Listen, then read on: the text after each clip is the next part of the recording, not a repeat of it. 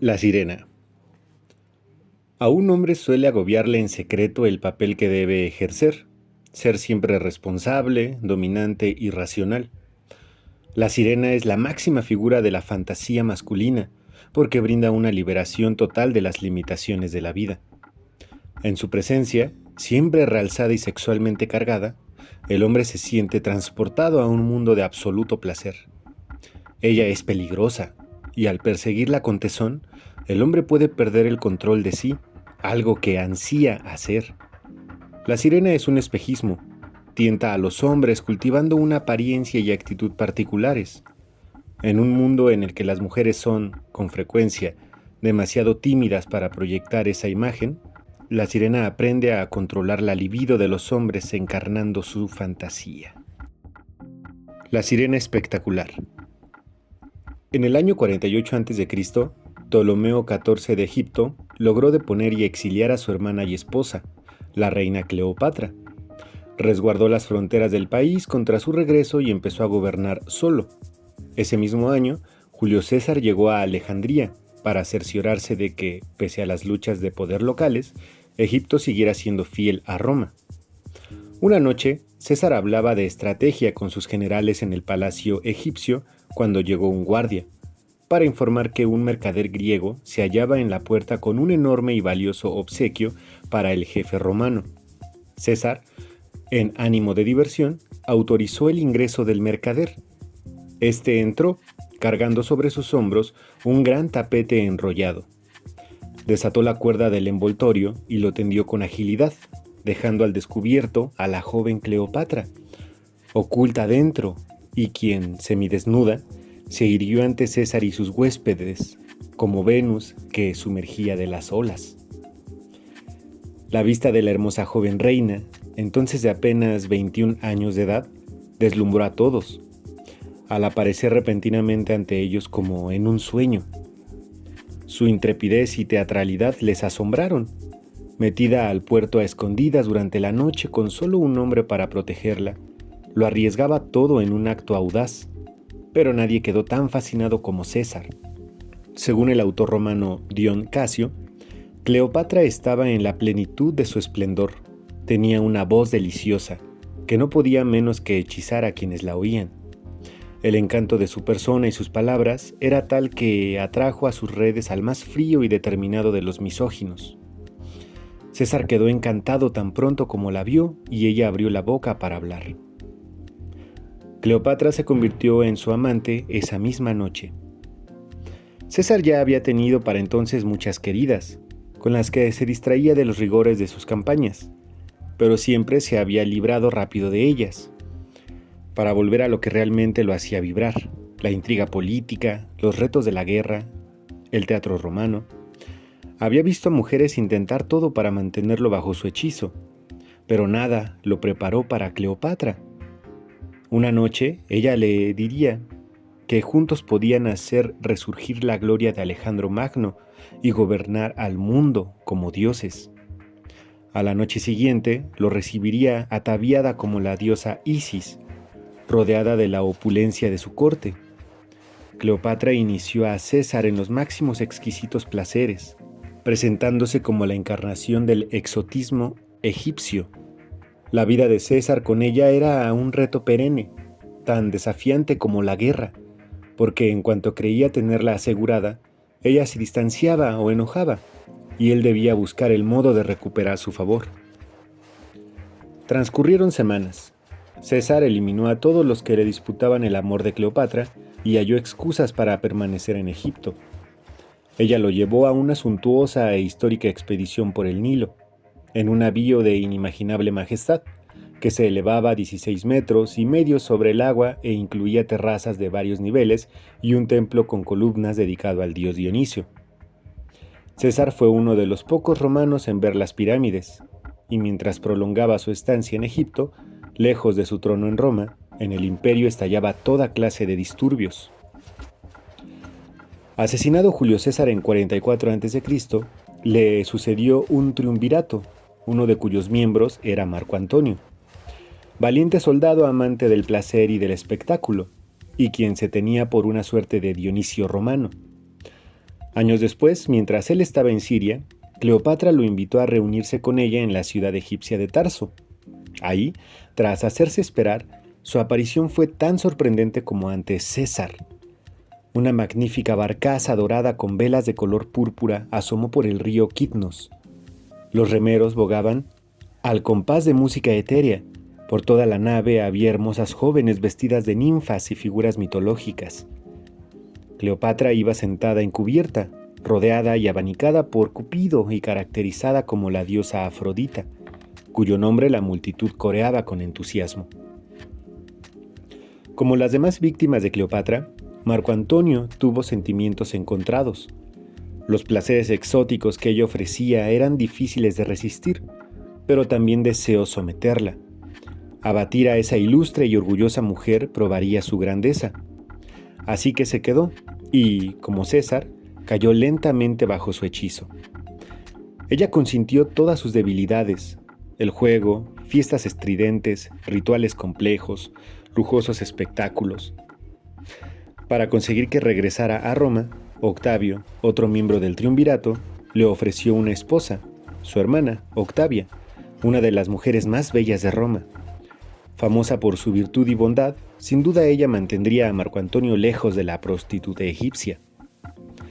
La maniobra surtió efecto por un tiempo, pero Marco Antonio no pudo olvidar a Cleopatra, y 3 años después retornó a ella.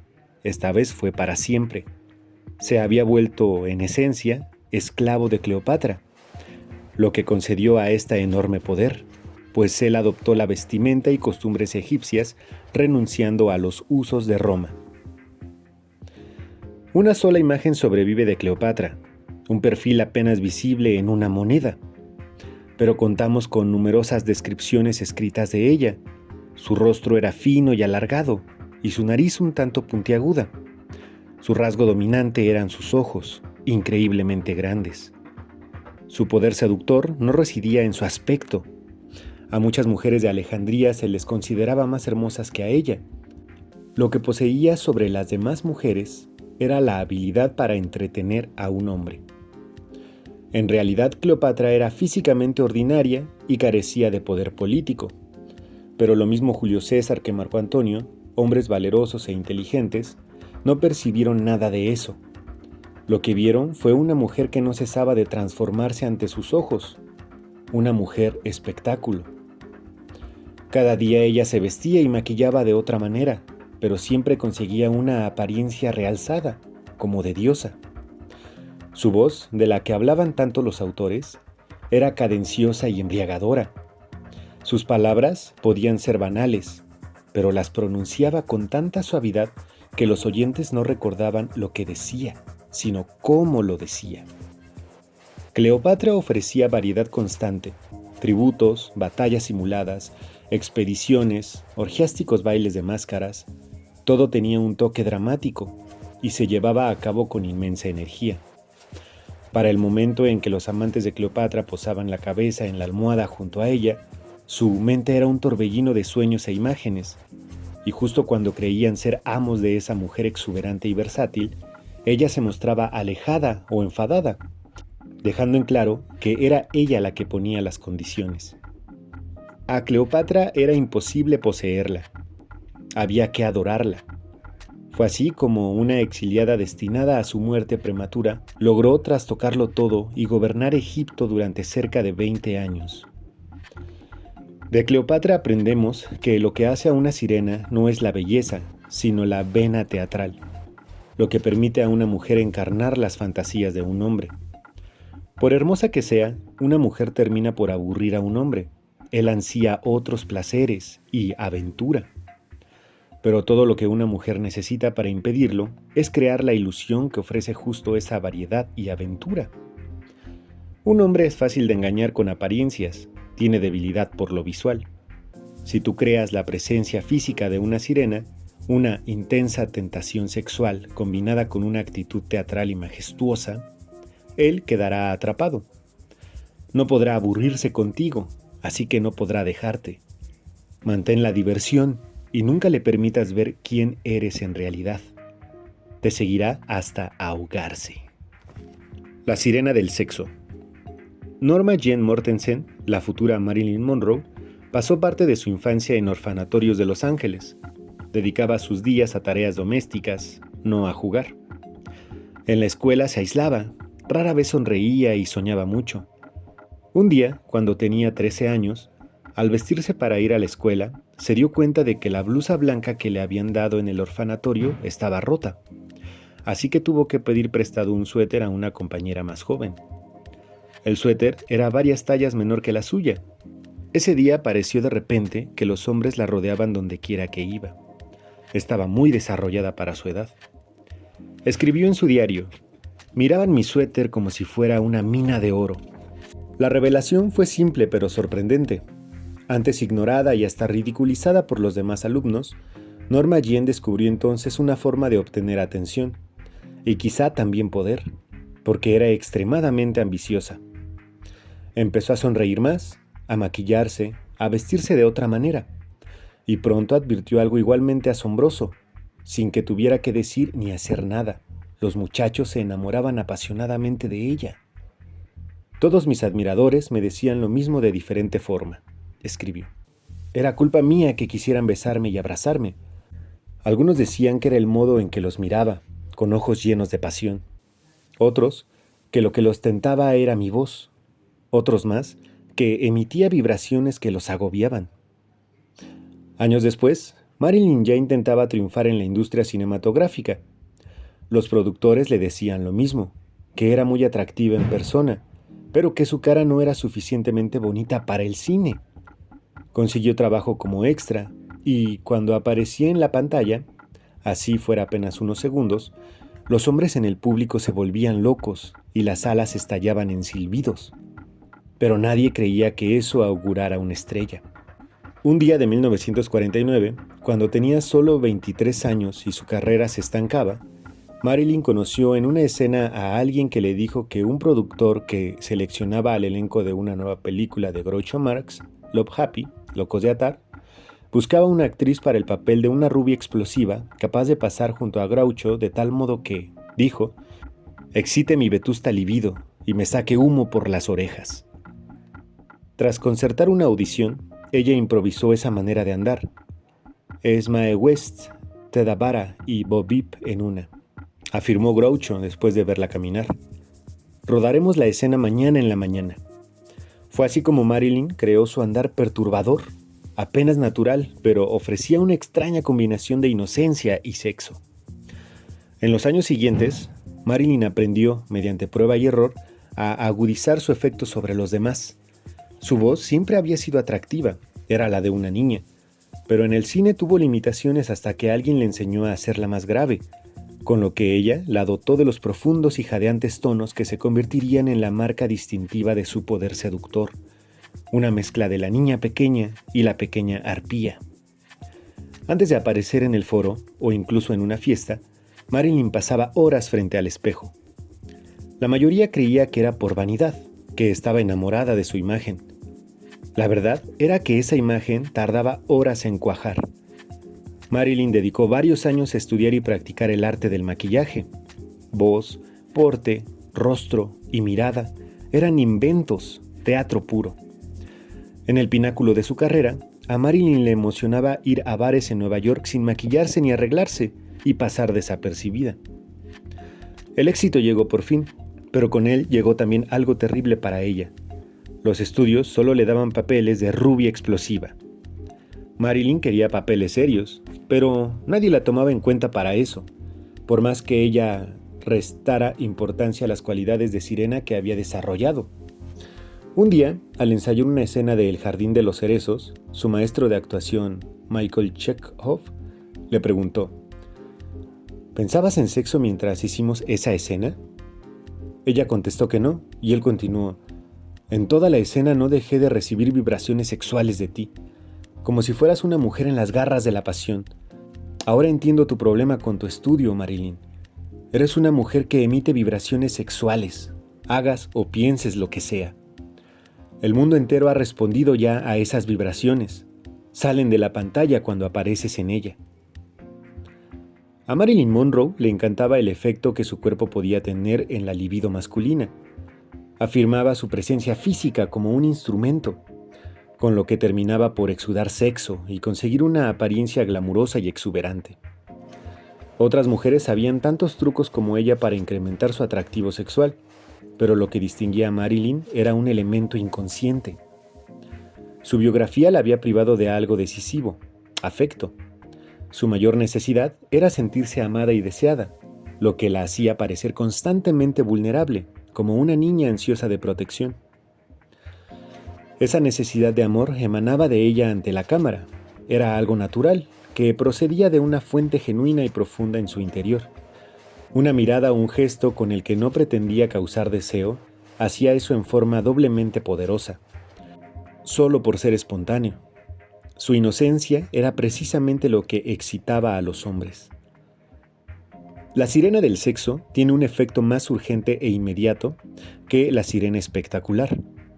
Encarnación del sexo y el deseo, no se molesta en apelar a sentidos ajenos o en crear una intensidad teatral. Parece jamás dedicar tiempo a trabajar o a hacer tareas domésticas. Da la impresión de vivir para el placer y estar siempre disponible. Lo que diferencia a la sirena del sexo de la cortesana o prostituta es su toque de inocencia y vulnerabilidad. Esta mezcla es perversamente satisfactoria. Concede al hombre la crucial ilusión de ser protector, la figura paterna, pese a que, en realidad, sea la sirena del sexo quien controla la dinámica. Una mujer no necesariamente tiene que nacer con los atributos de una Marilyn Monroe para poder cumplir el papel de sirena del sexo. La mayoría de los elementos físicos de esta personalidad son inventados. La clave es el aire de colegiala inocente. Mientras que una parte de ti parece proclamar sexo, la otra es tímida e ingenua, como si fueras incapaz de comprender el efecto que ejerces. Tu porte, voz y actitud son deliciosamente ambiguos. Eres al mismo tiempo una mujer experimentada y deseosa, y una chiquilla inocente. Claves de personalidad. La sirena es la seductora más antigua de todas. Su prototipo es la diosa Afrodita. Está en su naturaleza poseer una categoría mítica. Pero no creas que es cosa del pasado, o de leyenda e histeria. Representa la poderosa fantasía masculina de una mujer muy sexual y extraordinariamente segura y tentadora, que ofrece interminable placer junto con una pizca de peligro. En la actualidad, esta fantasía atrae con mayor fuerza aún a la psique masculina, porque hoy más que nunca el hombre vive en un mundo que circunscribe sus instintos agresivos al volverlo todo inofensivo y seguro. Un mundo que ofrece menos posibilidades de riesgo y aventura que antes. En el pasado, un hombre disponía de salidas para esos impulsos: la guerra, alta mar, la intriga política. En el terreno del sexo, las cortesanas y amantes eran prácticamente una institución social, y brindaban al hombre la variedad y caza que ansiaba. Sin salidas, sus impulsos quedan encerrados en él y lo corroen, volviéndose aún más explosivos por ser reprimidos. A veces un hombre poderoso hará las cosas más irracionales.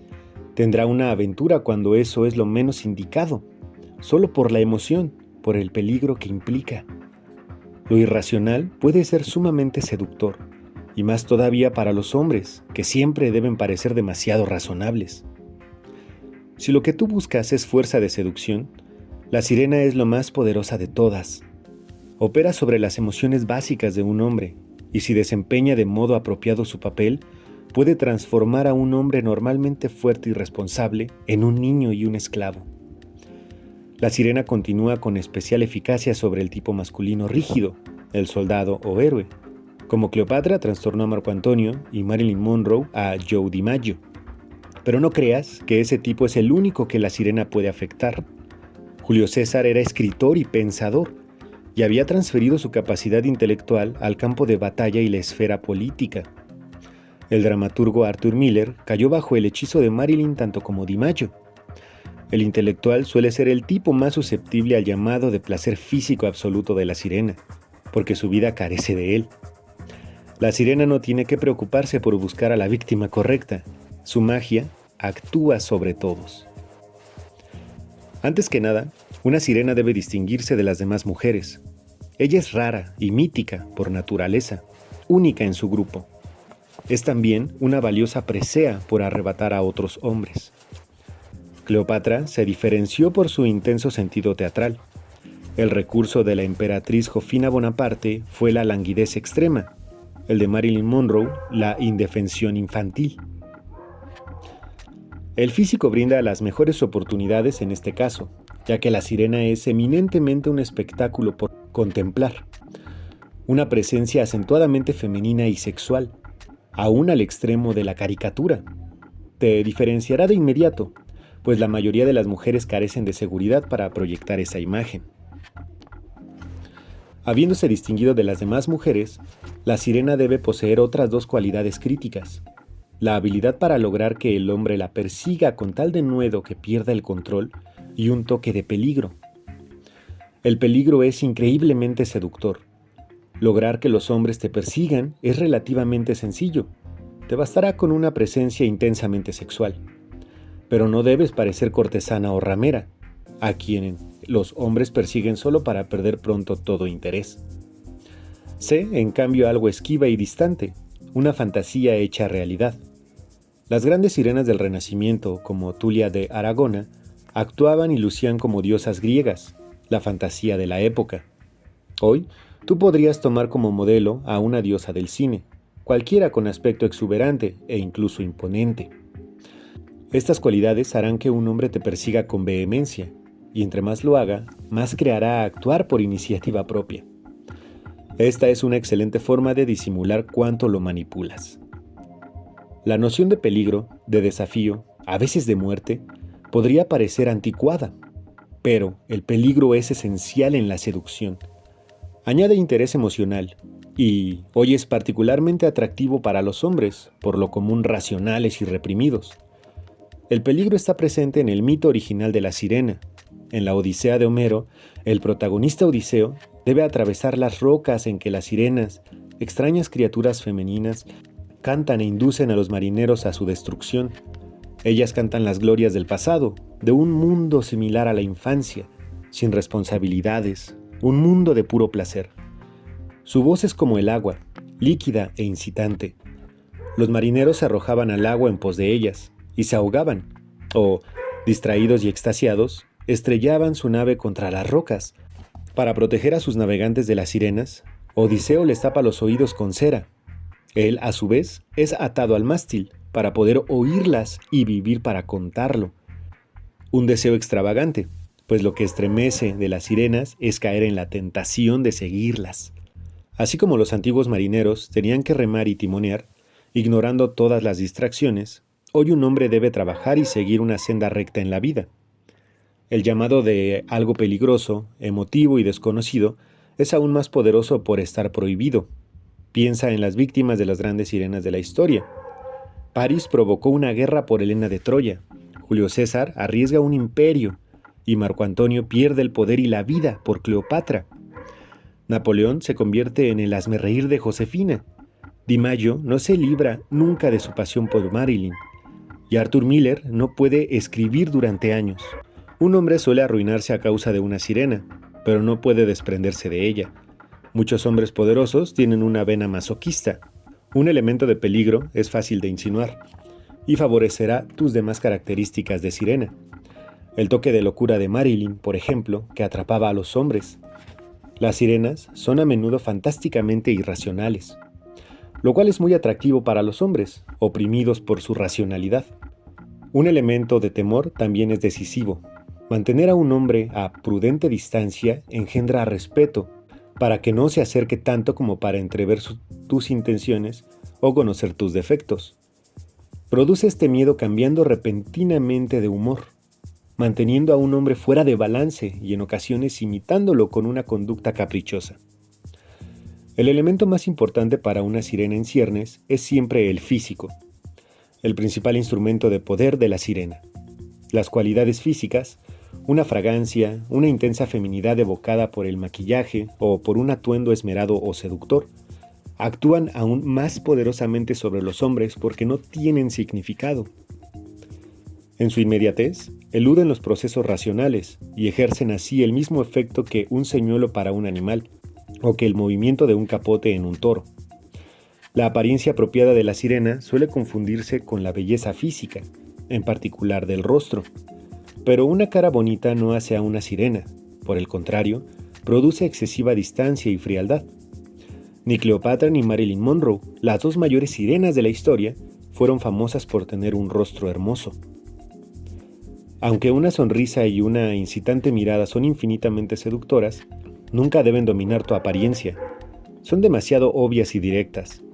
La sirena debe estimular un deseo generalizado, y la mejor forma de hacerlo es dar una impresión tanto llamativa como tentadora. Esto no depende de un rasgo particular, sino de una combinación de cualidades. La voz. Evidentemente, una cualidad decisiva, como lo indica la leyenda, la voz de la sirena tiene una inmediata presencia animal de increíble poder de provocación. Quizá este poder sea regresivo, y recuerde la capacidad de la voz de la madre para apaciguar o emocionar al hijo aún antes de que éste entendiera lo que ella decía. La sirena debe tener una voz insinuante que inspire erotismo, en forma subliminal antes que abierta. Casi todos los que conocieron a Cleopatra hicieron referencia a su dulce y deliciosa voz, de calidad hipnotizante. La emperatriz Josefina, una de las grandes seductoras de fines del siglo XVIII, tenía una voz lánguida que los hombres consideraban exótica e indicativa de su origen creole. Marilyn Monroe nació con una jadeante voz infantil, pero aprendió a hacerla más grave para volverla auténticamente seductora. La voz de Lauren Bacall es naturalmente grave. Su poder seductor se deriva de su lenta y sugestiva efusión. La sirena nunca habla rápida ni bruscamente, ni con tono agudo.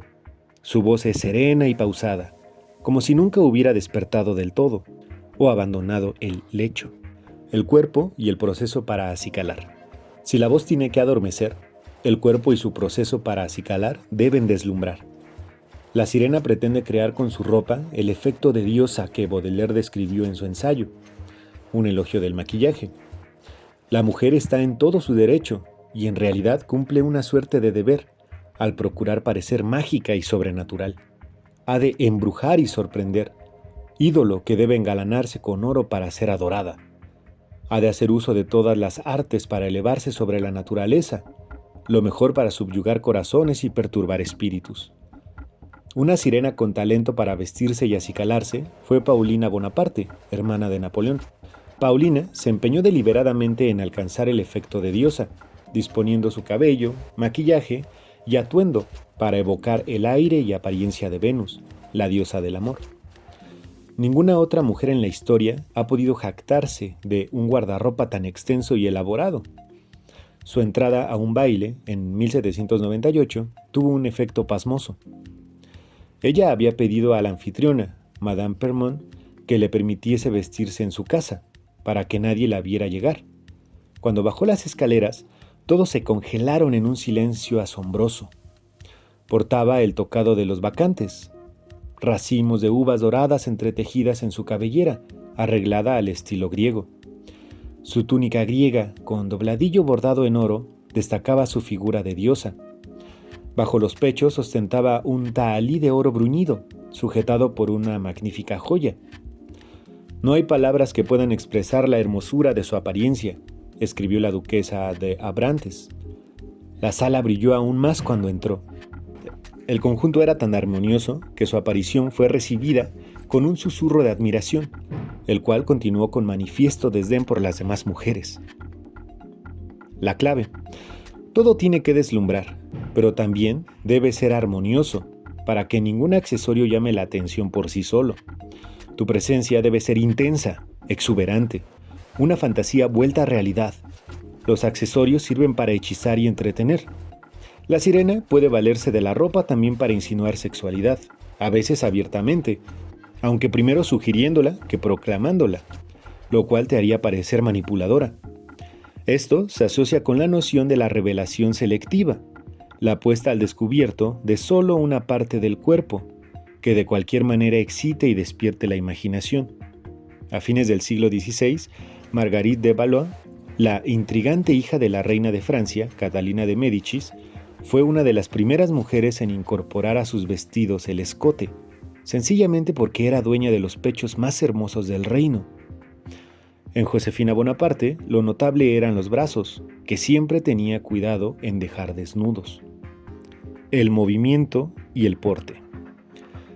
En el siglo V a.C., el rey Kou Chen eligió a la sirena china Xi Shi entre todas las mujeres de su reino para seducir y destruir a su rival, Fu Chai, rey de Hu. Con ese propósito, hizo instruir a la joven en las artes de la seducción. La más importante de estas era la del movimiento, cómo desplazarse graciosa y sugestivamente. Xi Shi aprendió a dar la impresión de que flotaba en el aire enfundada en su indumentaria de la corte. Cuando finalmente se entregó a Fu Chai, él cayó pronto bajo su hechizo. Nunca había visto a nadie que caminara y se moviera como ella. Se obsesionó con su trémula presencia, sus modales y su aire indiferente. Fu Chai se enamoró tanto de ella que dejó que su reino se viniera abajo, lo que permitió a Kou Chen invadirlo y conquistarlo sin dar una sola batalla. La sirena se mueve graciosa y pausadamente. Los gestos, movimientos y porte apropiados de una sirena son como su voz. Insinúan algo excitante, avivan el deseo sin ser obvios. Tú debes poseer un aire lánguido, como si tuvieras todo el tiempo del mundo para el amor y el placer. Dota a tus gestos de cierta ambigüedad, para que sugieran algo al mismo tiempo inocente y erótico. Todo lo que no se puede entender de inmediato es extremadamente seductor, más aún si impregna tu actitud. Peligros. Por ilustrada que sea su época, ninguna mujer puede mantener con soltura la imagen de estar consagrada al placer. Y por más que intente distanciarse de ello, la mancha de ser una mujer fácil sigue siempre a la sirena. A Cleopatra se le odió en Roma, donde se la consideraba la prostituta egipcia. Ese odio la llevó finalmente a la ruina, cuando Octavio y el ejército buscaron extirpar el estigma para la virilidad romana que ella había terminado por representar. Aún así, los hombres suelen perdonar la reputación de la sirena. Pero a menudo hay peligro en la envidia que causa en otras mujeres. Gran parte del aborrecimiento de Roma por Cleopatra se originó del enfado que provocaba a las severas matronas de esa ciudad. Exagerando su inocencia, haciéndose pasar por víctima del deseo masculino, la sirena puede mitigar un tanto los efectos de la envidia femenina, pero en general es poco lo que puede hacer. Su poder proviene de su efecto en los hombres y debe aprender a aceptar o ignorar la envidia de otras mujeres. Por último, la enorme atención que la sirena atrae puede resultar irritante y algo peor aún. La sirena anhelará a veces que se la libre de ella, otras querrá atraer con atención no sexual. Asimismo, y por desgracia, la belleza física se marchita, aunque el efecto de la sirena no depende de un rostro hermoso, sino de una impresión general. Pasando cierta edad, esa impresión es difícil de proyectar. Estos dos factores contribuyeron al suicidio de Marilyn Monroe. Hace falta cierta genialidad, como la de Madame de Pompadour, la sirena amante del rey Luis XV, para transitar al papel de animosa mujer madura que aún seduce con sus inmateriales encantos.